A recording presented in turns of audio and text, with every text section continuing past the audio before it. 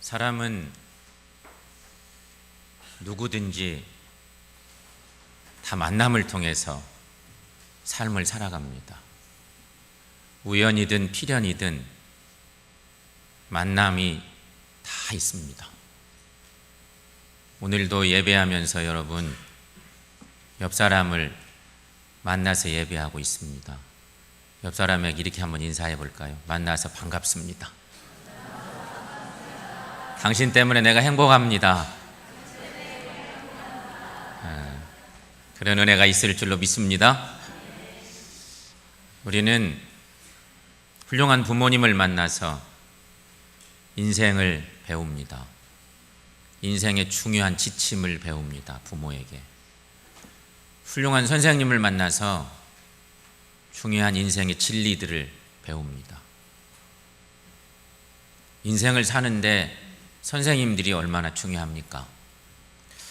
좋은 친구를 만나서 대인관계가 얼마나 중요한지를 배웁니다. 친구가 한 사람도 없는 사람, 대인관계에 문제가 있는 사람이죠. 친구 중요합니다. 그런가 하면 좋은 배우자를 만나서 행복한 가정을 꾸미며 삽니다. 그 외에도 소중한 만남들이 얼마나 많은지 모릅니다. 성도들의 만남 정말 중요한데 우리는 이 만남을 중요하다 깨닫지 못하고 함부로 할 때가 많죠. 성도 여러분, 우리를 그리스도인들이라고 얘기하는데 그리스도인들은 예수님을 만난 사람들입니다. 이게 그렇게 정의할 수 있어요. 여러분과 예수님의 만남은 행복한 만남입니까? 아니면 불행한 만남입니까? 말할 것도 없이 예수님과의 만남은 참으로 행복한 만남임을 믿습니다. 그렇다면 여러분, 예수님을 제대로 만났다면 생각해 보세요. 부모님을 잘 만나도 영향받아요. 친구 잘 만나도 영향받아요. 좋은 선생님 잘 만나면 인생이 바뀔 수 있어요. 배우자 만나는 거 너무도 귀한 만남이에요. 예수님 만나는 거 영적으로 놀라운 축복의 일들인데 여러분 예수님 만나고 얼마나 변화받았습니까? 예수님 때문에 어떤 변화가 있습니까? 한번 생각해 보세요. 예수님을 행복한 만남으로 고백하고 산다면 이기적인 삶, 나 중심의 삶이 달라져야 합니다. 가치관도 달라지고 삶의 목표도 달라져야 합니다. 그리고 중요한 건 예수님 때문에 우리의 달라짐이 이타적인 삶으로 달라져야 돼요. 희생을 감수하는 삶. 이게 진정한 그리스도인의 삶인 것입니다. 그러므로 신앙인의 성공적인 삶의 자세란 한마디로 말하면 예수님의 신실한 제자가 되는 일입니다. 자, 그렇다면 여러분 현실적으로 한번 생각해 봅시다. 이거 이제 정의를 내린 건데 현실적으로 한번 생각해 보십시다. 예수님을 따르고 예수님의 제자가 된다는 것은 과연 무엇을 의미할까? 나는 예수님을 믿는 사람입니다. 나는 예수님의 제자입니다. 이런 고백들을 우리가 잘합니다. 살면서 신앙인으로 살면서 우리 입술로 자주 고백합니다. 그런데 나는 예수님을 믿는 사람이라고 나는 예수님의 제자라고 고백하는 순간 나에게는 손해볼 생각을 해야 되는 거예요. 이게 주님의 사랑 안에 살면 그래야 돼요. 직장에서도 손해를 보고 직장 생활을 해야 돼요. 부모 자식 간의 관계도 신앙생활 제대로 하려면 어려운 문제가 생길 수도 있어요. 예수 믿는다는 것 때문에 유산 상속 받는 거 못 받을 수도 있어요. 세상에서 예수 믿는다는 거, 예수 정신으로 산다는 거 결국 쉽지 않아요. 내가 부단히 손해보지 않으면 건강한 신앙인으로 살 수 없는 일들이 얼마나 많은지 몰라요.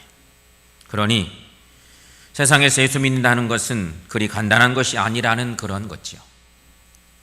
마태복음 11장 29절에서 예수님은 이런 말씀을 하십니다. 그 유명한 말씀을 하시다가 당신을 따르는 제자들을 향해서 내 멍에를 메라, 그런 말씀을 하십니다. 주님의 멍에를 메라는 말씀이 과연 뭘까? 여러분, 목사의 후두도 원래 멍에예요. 괜히 이렇게 보기 좋으라고 있는 게 아니고 원래는 멍에를 상징하는 거예요. 교회 절기에 맞춰서 이 멍에를 매게 하는 건데,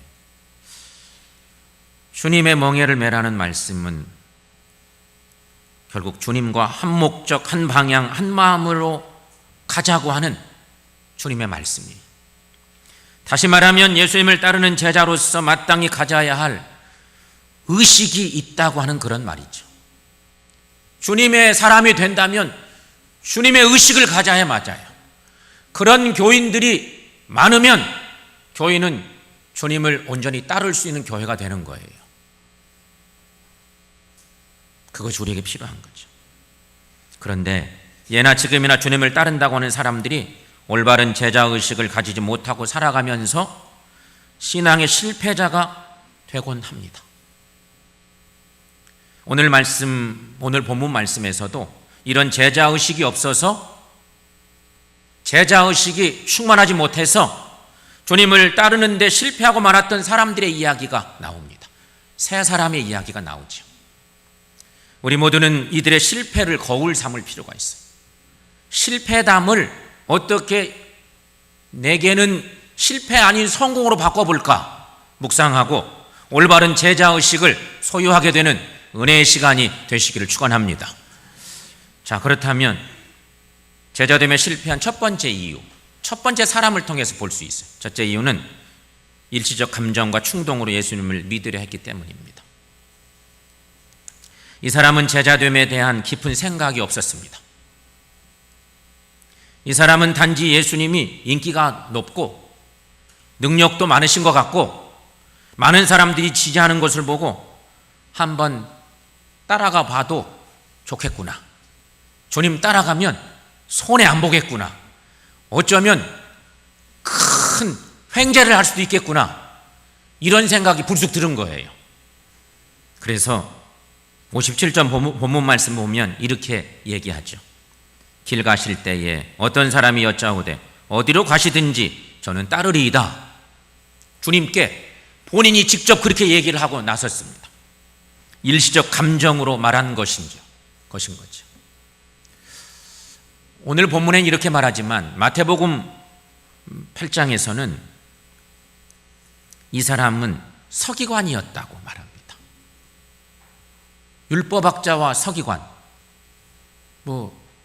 여러 성경 속에 바리새인과 서기관, 자주 등장하는 율법에 능통한 서기관입니다. 이 사람은 일시적 감정 표현에 예수님께서 이렇게 답변을 하시는데, 여우도 굴이 있고 공중에서도 새도 집이 있으되 인자는 머리 둘 곳이 없도다. 이렇게 주님이 말씀하십니다. 이 말은 짐승들도 자기의 집이 다 있는데 나는 지금 편안히 눕고 잠잘 곳도 없다는 말씀입니다. 내가 인기 있어서 많은 사람들이 따르는 것 보고 그게 좋아서 같이 우쭐대고자 하는 마음으로 제자가 되기를 원한다면 깊이 한번 생각해 봐라. 너 그런 감정으로 나 따르는데 또 한번 생각해 봐. 그런 얘기예요. 여러분, 우리는 어떻습니까? 그리스도인의 길을 가는 우리들, 제자의 길을 살아보겠다고 나름대로 노력하며 사는 우리들, 어떤 마음으로 주님을 따라가고 있습니까? 성도 여러분, 주님의 자녀로서 살면서 우리의 요구와 주님의 기대가 서로 다른 것은 아닐까? 우리가 늘 생각해 봐야 됩니다.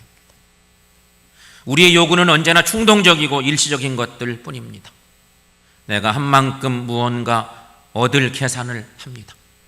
헌신과 수고에 대한 보상 심리로 큰 축복받기를 기대합니다. 많은 사람 가운데 혼자서만 영광을 누릴 계산도 해봅니다. 이것이 예수를 따른다는 오늘 우리들의 요구들입니다. 중요한 것은 이런 요구를 가지고 사는 우리들에게 주님이 뭐라고 말씀하실까 하는 것이, 이런 우리에게 주님이 뭐라고 하실까? 꿈 깨라 이놈들아, 이렇게 말씀하실 것 같아요.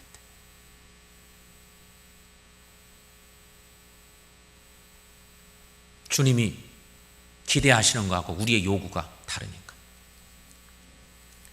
성도 여러분, 일시적이고 충동적인 감정으로 신앙생활하고 주님 따르면 안 된다는 거지.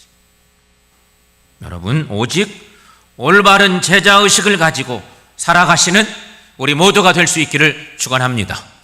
두 번째, 제자됨에 실패한 이유, 신앙과 비신앙 사이에서 갈등하며 핑계거리를 찾고 있었기 때문이었습니다. 이번에는 예수님께서 어떤 사람에게 말을 건네십니다. 나를 따르거라. 주님이 직접 말씀하십니다. 그랬더니 그 사람이 얼떨결에 부름받은 그 사람이 예, 가겠습니다 얘기했습니다. 주님의 부르심에 반응을 한 것이죠. 그러나 그는 한 가지 자기 조건을 제시합니다. 59절의 말씀에 이런 내용이 있습니다. 함께 읽어보겠습니다. 나로 먼저 가서 내 아버지를 장사하게 허락하옵소서. 아멘. 부모님의 장례식을 엄숙히 수행하는 것은 자식된 마땅한 도리일 것입니다. 그런데 여기서 결정적인 문제가 하나 있었습니다. 그것은 이 사람의 아버지가 지금 돌아가신 게 아니라는 사실입니다. 아버지가 만약에 죽으셨다면 그 사람이 왜 여기 있겠습니까? 그러므로 이 사람의 본 마음은, 진언은 나는 우리 아버지가 돌아가실 때까지는 집에 있어야 됩니다. 어디 못 갑니다. 그런 얘기예요. 쉽게 말하면 지금은 주님이 불러도 저는 절대 주님 따를 수가 없습니다. 저는 주님 말씀 앞에 순종할 수가 없습니다. 아직은 안 됩니다. 그런 얘기인 거죠. 그런데 왜 성경은 이런 사람의 이야기를 떡 등장시켜 놨을까? 여러분, 오늘 본문 얘기는 신앙생활한 우리들을 많이 고민스럽게 하는 유명한 본문이에요. 갈등하게 하는 본문인데 왜 이런 말씀을 등장시켜 놨을까? 그 이유는 관습에 매여서 신앙생활을 바르게 못하는 사람들의 모습을 대변하고 있는 유명한 본문인 것입니다. 여러분 가운데 확실한 결단이 없어 지금도 갈등하고 있지는 않으십니까? 신앙생활 하시면서 교회냐 세상이냐, 주일 성수냐 장사하는 일이냐, 예배냐 취미생활이냐, 대표적으로 이런 갈등들을 우리가 합니다. 주일마다 갈등하고 또 갈등하고 살아가니 얼마나 피곤한 일입니까? 이 두 갈래 길에서 계속 갈등하는 일들이 생기는 거예요. 사랑하는 여러분, 예수님은 생각 따로 몸 따로 따라가야 할 그런 분이 절대 아니에요. 예수님은 우리의 전부가 따라가야 되고 우리의 일평생을 걸고 따라가야 될 구세주 예수님이심을 확신하시고 사시기를 축원합니다. 제자된 여러분, 더 이상 갈등하지 마십시오. 더 이상 핑계하지도 마십시오. 온전히 주님을 따르는 우리 모두가 될 수 있기를 주의 이름으로 간절히 축원합니다. 세 번째로는 또 실패한 이유가 있는데 자신을 다스리지 못하고 타인에 의해서 흔들리기 때문이었습니다. 세 번째 사람은 반은 자원하고 반은 부르심을 받은 그런 상태입니다. 그는 주님을 따르겠다고 했습니다. 그러나 그도 말합니다. 가서 가족과 작별하는 일을 하고 와야겠습니다. 61절 말씀에 보니까 나로 먼저 내 가족을 작별하게 허락하옵소서. 떠나는 마당이니 언제 또 볼지 모를 가족에게 작별 인사쯤 하는 것은 너무나 당연한 일 아니겠습니까?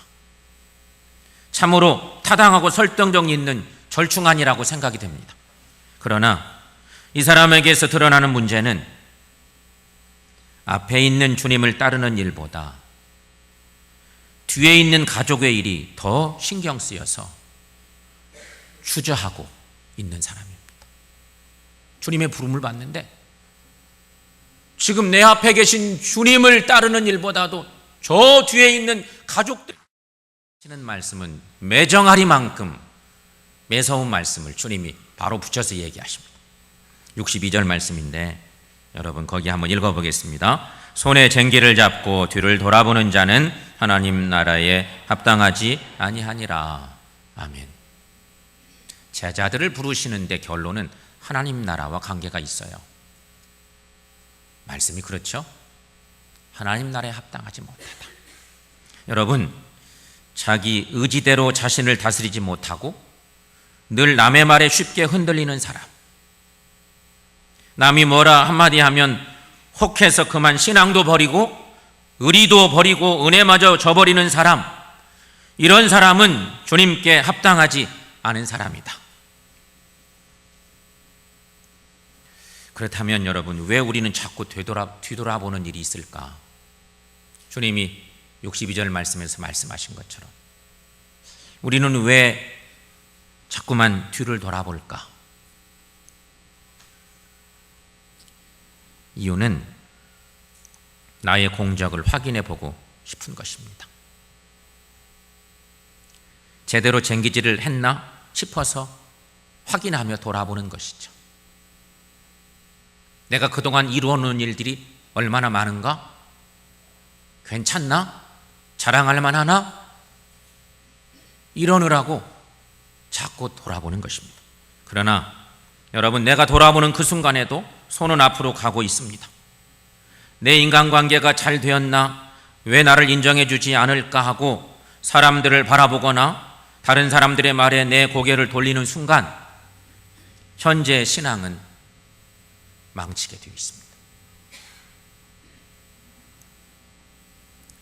여러분, 주님을 따르기로 결단하셨다면, 진정한 그리스도의 세계를 결단하셨다면 주님과의 약속에, 주님과의 만남 속에 있는 미래를 바라보고 그 미래를 소망하며 살아가시기를 바랍니다. 그리고 소망 중에 주님을 따르는 우리 모두가 될 수 있기를 축원합니다. 한 여인이 꿈을 꾸었답니다.